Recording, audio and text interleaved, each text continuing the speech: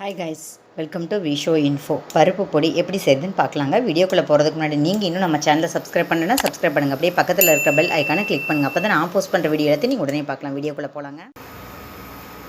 பருப்பு பொடி செய்ய என்னென்ன தேவைன்னு பார்க்கலாங்க.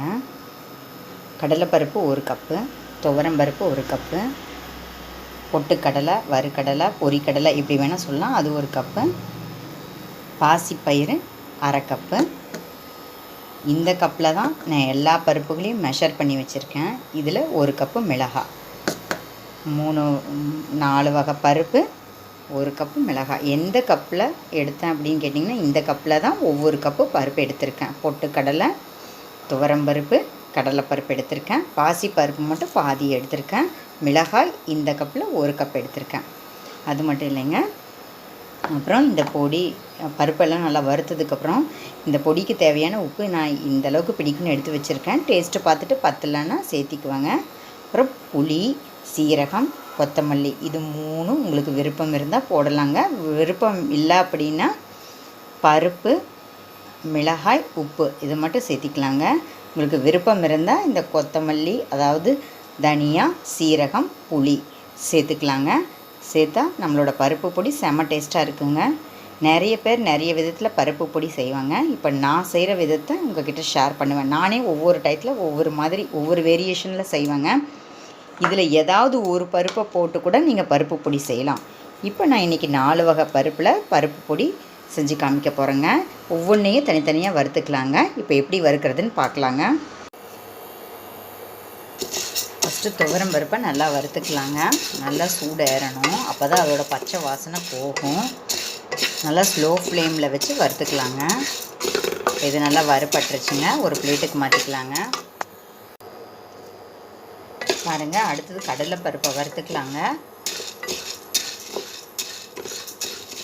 இது நல்லா வறுத்துக்கணுங்க, பச்சை வாசம் இல்லாமல் பார்த்துக்கணுங்க. இது நல்லா வறுத்தாச்சுங்க. இப்போ இதையும் ஒரு பிளேட்டுக்கு மாற்றிக்கலாங்க. பாருங்கள், அடுத்தது பொரிக்கடலை, அதை 1 நிமிஷம் நல்லா வறுத்துக்கலாங்க. இது ஆல்ரெடி எப்போவுமே ரோஸ்ட்டாக தான் நம்ம எல்லோரும் வச்சுருப்போம். இருந்தாலும் நல்லா வறுத்துட்டா நல்லதுங்க.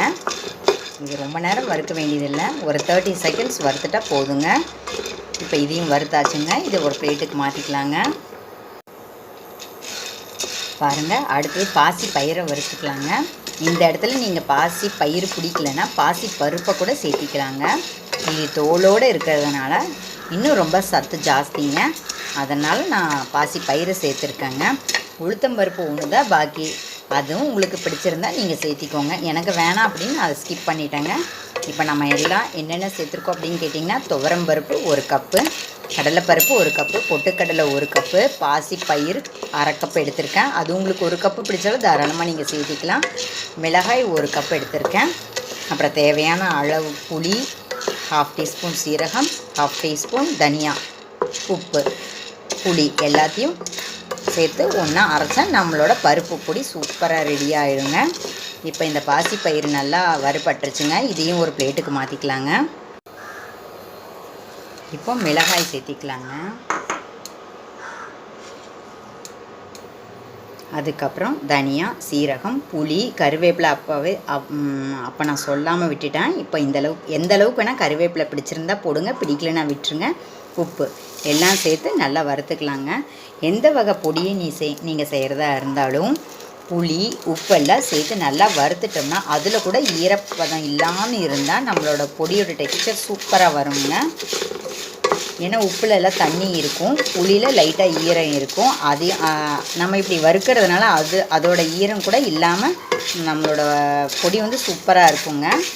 இதையும் 1 நிமிஷம் நல்லா வறுத்துக்கலாங்க. பாருங்கள், பருப்பு பொடிக்கு நாம் சொன்ன மாதிரி எல்லா திங்ஸையும் நல்லா வறுத்து வச்சாச்சுங்க. இது நல்லா ஆறுனதுக்கப்புறம் இதை பொடி பண்ணிவிட்டு பார்க்கலாங்க. பாருங்கள், நம்மளோட பருப்பு பொடி கொரப்பாக இந்த மாதிரி இருந்தால் தாங்க நல்லாயிருக்கும். நீங்கள் நைஸாக பண்ணிட்டீங்கன்னா நல்லா இருக்காதுன்னு சொல்ல வரல, அது டிஃப்ரெண்ட் டேஸ்ட்டாக இருக்கும். நம்ம வாயில் கடிப்படுற மாதிரி இருந்தால் செமையாக இருக்குங்க. உங்களுக்கு பிடிக்கலன்னா நீங்கள் ஓரளவுக்கு ஃபைன் பவுடராக பண்ணிக்கலாங்க. நம்ம சவுத் இண்டியன் ரெசிபீஸில் பருப்பு டெய்லி நம்ம சாப்பிட்ணுங்க. நம்ம சாப்பிட்ற சாம்பார் தான் அப்படின்னு இல்லைங்க. சாம்பார் டெய்லி செய்ய முடியாத டயத்தில் இந்த மாதிரி பொடியெல்லாம் நம்ம தாராளமாக சாப்பிட்லாங்க. ஆக மொத்தம் டெய்லி பருப்பை நம்ம சாப்பிட்டுட்டு வந்தோம்னா நம்ம உடம்புக்கு எப்போவுமே ஹெல்த்தியாக இருக்கலாங்க, ஹெல்த்தியாக ஃபீல் பண்ணலாங்க. ஏதாவது ஒரு ரூபத்தில் நம்ம பருப்பை சேர்த்திக்கணும். அது டிஃபனாக இருந்தாலும் சரி, சாம்பாராக இருந்தாலும் சரி, இல்லை சாதத்துக்கு பிசைஞ்சு சாப்பிட்ற பொடியாக இருந்தாலும் சரி, தாராளமாக இதில் பிடிக்காததை நீங்கள் ஸ்கிப் பண்ணிக்கலாம், பிடிச்சதை சேர்த்திக்கலாம். இத்தனை பருப்பும் போடணுமான்னு கேட்டால் அப்படியெல்லாம் இல்லைங்க. ஏதாவது ஒரு பருப்பை வச்சு கூட நீங்கள் பருப்பு பொடி ரெடி பண்ணிக்கலாங்க. பூண்டு ஃப்ளேவர் பிடிச்சா பூண்டு போட்டுக்கோங்க, கருவேப்பிலை, இது கூட எள்ளு பிடிச்சா கூட நீங்கள் சேர்த்திக்கோங்க. நம்ம இஷ்டந்தாங்க. ஒவ்வொரு டைம் ஒவ்வொரு மாதிரி நீங்கள் ட்ரை பண்ணி பாருங்கள். ஆக மொத்தம் பருப்பு டெய்லி நம்ம ரெகுலர் ரெசிபீஸில் சேர்த்திக்கணுங்க. சூடான சாதத்தில் பருப்பு பொடி போட்டு நெய், நல்லெண்ணெய், அவங்கவுங்களுக்கு எது பிடிக்குமோ அதை நம்ம மிக்ஸ் பண்ணி சாப்பிட்டா சூப்பராக இருக்குங்க. டேஸ்ட்டு மட்டும் இல்லாமல் நம்ம ஹெல்த்துக்கு ரொம்ப நல்லதுங்க. அதனால் கண்டிப்பாக இந்த பருப்பு பொடி செஞ்சு பாருங்கள்.